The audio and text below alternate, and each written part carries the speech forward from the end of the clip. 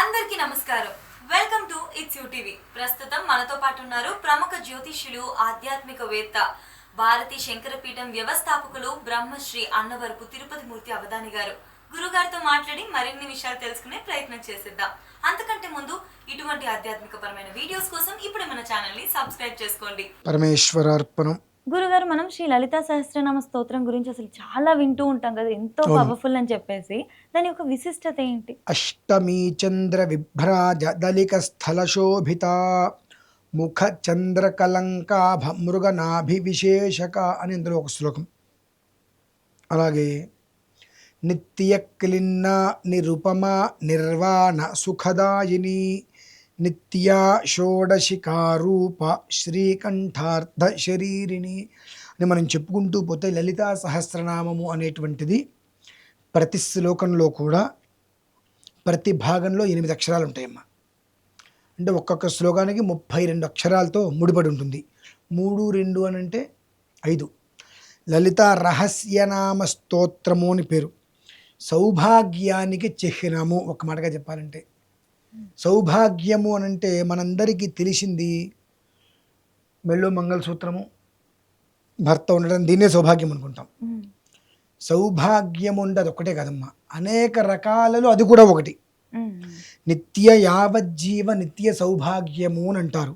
అంటే ఎప్పుడూ కూడా ఆ మనిషి జీవితంలో కంటి నుంచి ఒక నీటి చుక్క రాకుండా ఉండటం, ఎప్పుడూ కూడా 10 మందికి పెట్టేటువంటి స్థితి, ఎప్పుడూ కూడా నుదుటిన తిలకం లేకుండా కనిపించకుండా ఉండటం, ఇట్లా అనేక రకాలుగా సౌభాగ్యము అనేటువంటిది ఎప్పుడూ కూడా పుష్టిగా, తుష్టిగా, వృద్ధిగా, నిండుకొండవలే సంపూర్ణంగా ఉండేటువంటిది సౌభాగ్యం.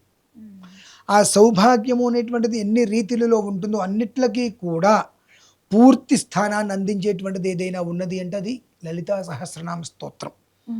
అది పూర్తిగా బీజాక్షరం అమ్మ. అయితే ఈ మధ్యకాలంలో అందరూ కూడా దాన్ని ఎలా పడితే ఎలా ఉపదేశం లేకుండా చదివేస్తున్నారు. దానివల్ల మనం వాళ్ళని వద్దున్న వినరు. లలిత రహస్యనామమే దానికి పేరు, సహస్రం కాదండి. లలిత రహస్యనామ స్తోత్రము అని దానికి పేరు. అంటే అత్యంత రహస్యమైనటువంటిది అని దానికి పేరు. రహస్యము అనంటే ఇప్పుడు మనం ఏంటి ఒక మాట చెప్పి ఎవరికి చెప్పొద్దు అని అంటే మనకన్నా ముందు ఊరు మొత్తం చుట్టేస్తుంది. అంటే ఒక మనిషికి ఒక మాట ఉందంటే ఊరు మొత్తం చుట్టేస్తారు. ఏదైతే ఇది అందరిది పంచుకోండి అంటే ఎవరికి చెప్పరు. అలానే రహస్యము అనేటువంటిది ఏదైతే చెప్పబడిందో అది కాబట్టి అందరూ దాన్ని పాటగా పాడుతున్నారు, శ్లోకంలా చదవట్ల. శ్రీమాత శ్రీ మహారాజ్ఞి శ్రీమత్ సింహాసనేశ్వరి చిదగ్నికుండ సంభూత దేవకార్య సముద్యత అనేటువంటి శ్లోకాన్ని రకరకాల పాటలతోటి పాడేస్తూనే ఉన్నారు. వర్ణభేదము, అక్షర భేదము, స్వర భేదాలు ఇవన్నీ కూడా వేసేసి అనేక రకాల ఇబ్బందులకైతే గురవుతున్నారని నేను ఖచ్చితంగా అంట. కానీ 54 రోజులు ప్రతిరోజు లలిత రహస్యనామ స్తోత్రం వినటం జరిగింది అంటే ఆ కుటుంబంలో ఒక అద్వితీయమైనటువంటి ఒక స్థితి ఏర్పడుతుందమ్మా. అది ఈ రకమైనటువంటి యోగం మనం చెప్పడానికి వీల్లేదు. యోగం ఈ రకంగా ఉంటుందని చెప్పడానికి వీల్లేదు. ఒకవేళ ఎప్పటి నుంచో అనారోగ్యంతో మనిషి ఇంట్లో ఉన్నారు, సడన్గా మనిషి అన్నీ క్లియర్ అయిపోయి తన బంధం చేసుకోవచ్చు. అప్పులు ఊబిలో కూలిపోయి ఉన్నారు, తెలియకుండా దాని నుంచి అమ్మవారు బయటికి తీసుకొచ్చేయచ్చు. అన్యోన్యత లేకుండా పోయింది. అటువంటిది అత్యంత సుందరమైనటువంటి ఆ ఆలుమగల్లో ప్రేమని అమ్మవారు అందించవచ్చు. ఒకరి మీద ఒకరికి ఉండేటువంటి అనురాగం, ఆప్యాయతను కూడా వృద్ధి చెందేలా కూడా జరగవచ్చు.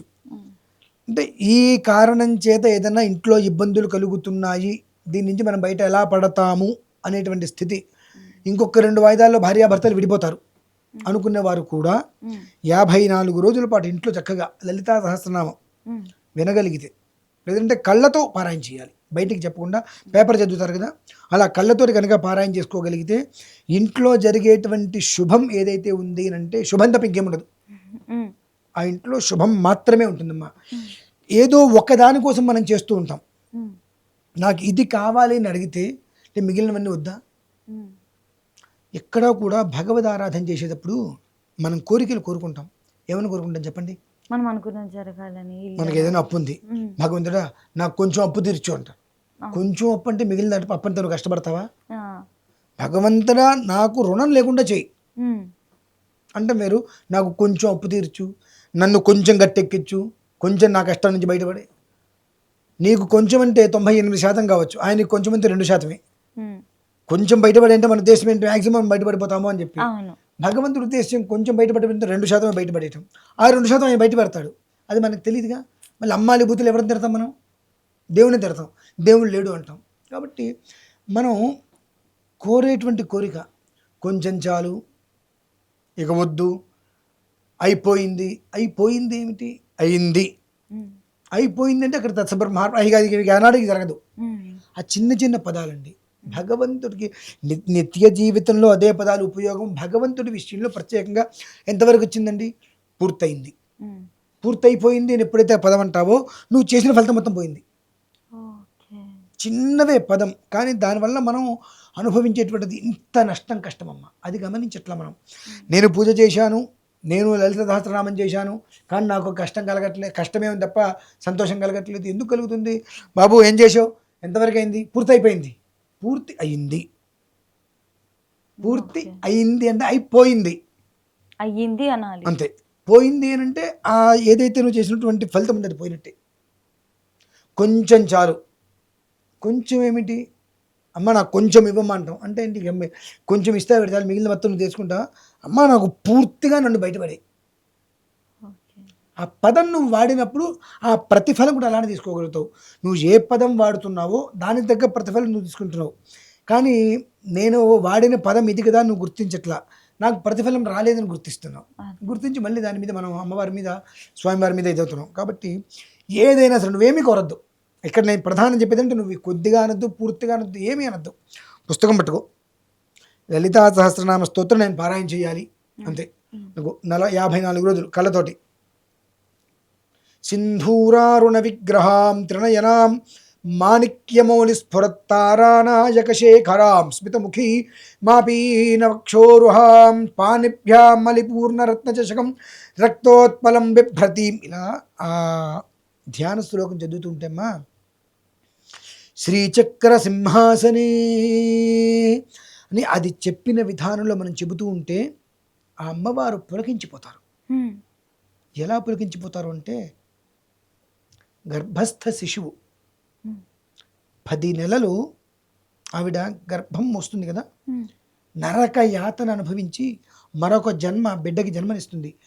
ప్రేగులు తెగిపోతాయో, మనిషి ఉంటారో పోతారో తెలియని స్థితి నుంచి పురిటి నొప్పుల్ని ఓర్చుకొని బిడ్డకి జన్మనిచ్చిన తర్వాత ఆ బిడ్డను చూడగానే ఆ తల్లి ఆ నొప్పిని మొత్తం మర్చిపోయి ఎంతో ఆనందానికి ఆవిడ లోనవుతుంది. ఈ నొప్పి మొత్తం మర్చిపోతుంది. ఆ పిల్లని తీసుకుని ముద్దులు పెట్టేసుకుంటూ ఉంటుంది. ఉమ్. ఆ టైంలో ఆ మాతృత్వం కలిగినటువంటి ఆ మాతృమూర్తి ఎంత ఆనందపడుతుందో. నువ్వు పారాయణ చేయటమే నీ ధర్మం. నాకు ఇది కావాలి అది కావాలని వద్దు. అలా నువ్వు చక్కగా సంధ్యా సమయం, సాయం సంధ్యా సమయంలో చక్కగా మొదలుపెట్టి చెప్తున్నప్పుడు అందులో ఒక్కొక్క శ్లోకం ఉంటుందమ్మా. అరుణాం కరుణాతరంగితాక్షీం ధృతపాశాం కుశపుష్పబాణచాపాం అనిమాదిభిరావృతాం మయూఖైరహమిత్యేవ విభావయే భవానీం ధియాయేత్ పద్మాసనస్థాం వికసితవదనాం పద్మపత్రాయతాక్షీం హేమాభాం పీతవస్త్రాం కరకలితలసద్దేమ పద్మాం వరాంగీం సర్వాలంకారయుక్తాం సతతమభయదాం భక్తనమ్రాం భవానీం శ్రీవిద్యాం శాంతమూర్తిం. ఎంత శాంతంగా ఉంటుందంటే ఆవిడ అసలు. ఈ 54 రోజుల పాటు లలితా సహస్రాన్ని ప్రతిరోజు మానసికంగా చదవటం మొదలు పెడితే ఆ శాంతమూర్తి అనేటువంటి పేరుకి ప్రతిపదం నీ తత్వం అయిపోతుంది. ఇక అమ్మవారు నీలోనే ఉండిపోతుంది, వేరే ఇంకెక్కడ ఉండదు. నువ్వే అమ్మవారు అవుతావు, అమ్మవారే నువ్వు, నీలో ఆవిడుంది. ఇక అంతకుమించి కావాల్సిందేముంది? ఇక లేదు అనే పదం లేదు కదా. ఏదో ఒకదానికద్దు, నాకు ఇది కావాలి అనద్దు. అహం బ్రహ్మ బ్రహ్మ నివేదితవ్యే. అందులో శ్రీ విద్య గురించి చెప్పుకుంటూ వస్తే, మూలాధారే మహిమ్నీ హుతవహనజనీ మూలమంత్రీ త్రినేత్రీ హారా కేయూరవల్లీ అఖిల సుఖకరీ అంబికాయా శివాయ వేదే వేదాంతరూపీ వికటఘనతటీ వీరతంత్రీ భవానీ శౌరీ సంసారయోని సకల గుణమయి తేద్య శ్రీ ఐం నమస్తే. సాంసారిక జీవితంలో ఉంటూ కుటుంబాన్ని నడిపించుకుంటూ కుటుంబాన్ని జాగ్రత్తగా కాపాడుకుంటూ, మరి వివాహం చేసుకున్నాడు, సంతానం కలిగింది, కుటుంబాన్ని కాపాడుకోవాలి కదా, ఆ కాపాడుకుంటూ అమ్మవారిని ఆరాధన చేస్తూ కనుక ఆ రకంగా 54 రోజుల పాటు స్త్రీలైనా పురుషులైనా సంధ్యా సమయంలో లలితా సహస్రనామ పారాయణ చేసినట్లయితే నువ్వు ఏది అడగాల్సిన అవసరం లేదు. నీకు ఏది కూడా కష్టమైనటువంటి మాట నీ దగ్గరికి రాకుండా వజ్ర కవచంలా అమ్మవారు నిలుస్తుంది. చెయ్యటం మనలో లోపం ఉండాలి. అంతే. పరీక్ష చేస్తుంది ఆవిడ పరీక్ష చేస్తుంది. ఖచ్చితంగా కావాలనైనా పరీక్ష చేస్తుంది. ఆ పరీక్షలో మనం విజయం సాధిస్తామా అడ్డం పడతామా అనేటువంటి విషయం మన మీద మనకు ఉండాలి. ఈ అమ్మవారు ఏం పరీక్ష పెట్టినప్పుడు 54 రోజులు నావే. ఇంట్లో ఆడవాళ్ళు 4 రోజులు దూరంగా ఉంటారు. ఆ 4 రోజులు వదిలేసి 5వ రోజు నుంచి మళ్ళీ కంప్లీట్ నాదే. మీకు అదే సమయంలో ఒకానొక సమయంలో ఇవాళ మీరు వెళ్ళి కనుక ఒక ఈవెంట్కో లేదంటే ఒక ఆఫీస్కో ఒక దానికో ఏదైనా ఒక పని మీద బయటికి వెళ్ళి ఒక సొంతకం పెడితే ఒక 1 కోటి రూపాయలు 10 కోట్ల రూపాయలు కాంట్రాక్ట్ మీ సొంతం అవుతుంది, మీ వర్క్ వస్తుంది అనేటువంటి తీసుకొస్తుంది అమ్మవారు. ఈ 10 కోట్ల కోసం ఆశిస్తాయి. ఆ రోజున మీరు నెగ్లెక్ట్ చేస్తారా? లేదు, ఇది పోతే పోయింది, ఆవిడ అనుగ్రహం నాకుంటే అంతకుమించి సంపాదిస్తా అని చెప్పి అక్కడ ఉంటారని ఆవిడ పరీక్ష చేస్తుందండి. మీరు తప్పారనుకోండి, ఆ 10 కోట్లు తెస్తే వస్తుంది, అవి ఎలా పోతాయో తెలియదు. వచ్చిందనేటువంటి పేరు తప్ప ఎలా పోతుందో 1 రూపాయలు అక్క గట్టి తెలియకుండా పోతుంది. ఇది కాదనుకుంటే అటువంటి 10 చార్లు చూస్తాం మనం. అంతకన్నా కావాల్సింది ఉందమ్మా. కాబట్టి ఏంటంటే ఈ లలితా సహస్రనామం అనేటువంటిది లలిత రహస్య స్తోత్రం కాబట్టి మనస్సులో బయటికి చదవకుండా ప్రశాంతంగా చదువుకోగలిగితే శ్రీచక్ర సింహాసనే అంటే ఒక మాటగా చెప్పాలంటే శ్రీచక్రాన్నే సింహాసనంగా చేసుకుని అమ్మవారు కూర్చుంటుంటే ఆ తల్లిని మనం ఆరాధించడము అంటే ఏమిటి అంటే ఎవరిని ఆరాధిస్తున్నాము? ధనానికే ఇంధనమైనటువంటి శ్రీ మహాలక్ష్మి. ధనానికే ఇంధనం శ్రీచక్రం అంటే. ధనానికే ఇంధనమైనటువంటి శ్రీచక్రం మీద ఆ శ్రీచక్రాన్నే సింహాసనంగా చేసుకుని అమ్మవారు కూర్చుంది. తీర్థరాజము, పక్షిరాజము, చక్రరాజము అంటారు. చక్రరాజం అంటే ఈ యంత్రాలలో చక్రాలలో రాజు శ్రీచక్రం. ఆ శ్రీచక్ర రాజాన్ని యంత్రంగా తీసుకొని శ్రీచక్ర సింహాసనంగా అమ్మవారు కూర్చున్నారు.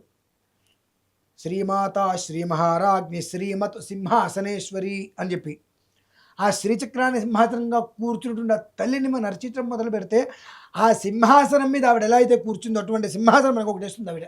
అంతే, ఇంకా తిరుగులేదు. మనం చేసామా లేదా అది ఇంపార్టెంట్. అంతే. ఖచ్చితంగా గురుగారు ఇది ఈ సమయంలో చదవాలి, వీళ్ళు మాత్రమే చదవాలి, ఈ రోజు చదవాలి, ఇలాంటివి ఏమైనా నియమాలు ఉంటాయా గురుగారు?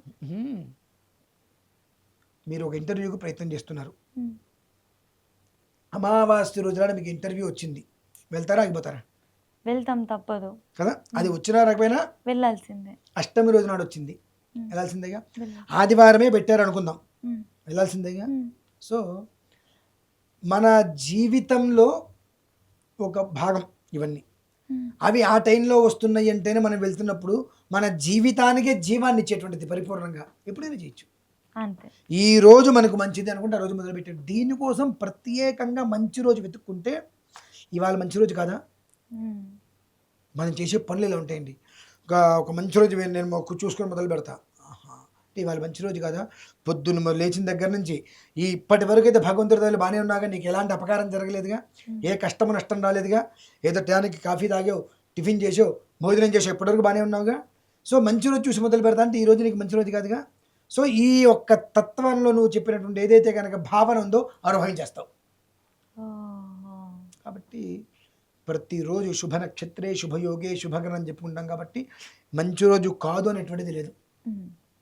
నువ్వు ఈ రోజు మొదలు పెడదాం అనుకో, అదే మంచి రోజు. ఓకే గురుగారు. ఇక్కడ మనస్సు శుచిగా ఉన్నప్పుడు మొదలు పెట్టేసి అంతే. ఎవరైనా కూడా ఎవరైనా చేయొచ్చు, మీరు ఏం తేడా లేదు. ఎవరైనా అయితే ఏంటంటే కళ్ళతో చదవండి. పెదాలతో పలికినప్పుడు మిస్టేక్స్ వచ్చి ఆ పాపం కన్నా కళ్ళతో చదివితే ఏ దోషం ఉండదు, వెళ్ళిపోతుంది. అది. ఇంకేమైనా నియమాలు ఉంటాయి గురుగారు? అంటే చదవటం ప్రధానంగా పెట్టుకుంటే దాన్ని మించి నియమం ఇంకేమైనా ఉందా అండి? ఎందువల్లంటే ఇక్కడ దీనికి 1-2 విషయాలు నేను చెప్పాలి. ఆడవాళ్ళను ఉదాహరించి చెప్పాలి. ఇక్కడ నేను చాలాసార్లు ఆడవాళ్ళని పూజలు పునస్కారాలు చేయొద్దని చెప్తుంటానండి. అవునా? ఎందుకు గురుగారు? నీకు సౌభాగ్యం కావాలంటే పూజలు చేయొద్దంట. ఎందుకు చెప్పండి? తెల్లవారు లేస్తే నా పసుపు కుంకం బాగుండాలి, మెల్లో మంగళసూత్రం బాగుండాలని చెప్పి దేవుడి దగ్గర కూర్చుంటారు. ఇక కూర్చుని గంటలు కొడుతూ నానా రకాల మొగుడు వారు నిద్ర లేచి వచ్చి కాస్త కాఫీ మొహాన్ని పోయి అంటే ఆగక్కడ చేసేది మళ్ళీ ఆయన కోసమే, చేసేది ఆయన కోసమే, మళ్ళీ నాగక్కడ అంటున్నాం మనం. ఎప్పుడైతే నువ్వు ఆయన కోసం చేస్తూ ఆయన లేచి నీకు ఏదైనా కావాలని అడిగినప్పుడు, నాకు ఏదైనా కావాలని అడిగినప్పుడు నువ్వు వెంటనే ఆ పని చేయలేకపోయావు, ఈ పని చేసి కూడా నీకు ఉపయోగం లేదు. తనకి చూసిన తర్వాత నువ్వు ఏదేవుడికైనా చెయ్యి. నీకు భర్తయే అదేంటంటే వివాహమయ్యి నుదుటిన బొట్టు మెల్లో మంగళసూత్రం ఉంటే ఇంటికి వచ్చి ముత్తైదుగా బొట్టు పెట్టి పిలుస్తున్నారు. అది లేనప్పుడు ఇంటికి వచ్చి గడపకు బొట్టు పెడుతున్నారు కానీ నీకు బొట్టు పెట్టి పిలవట్లేదుగా, ఆ తేడా చూపిస్తున్నారుగా.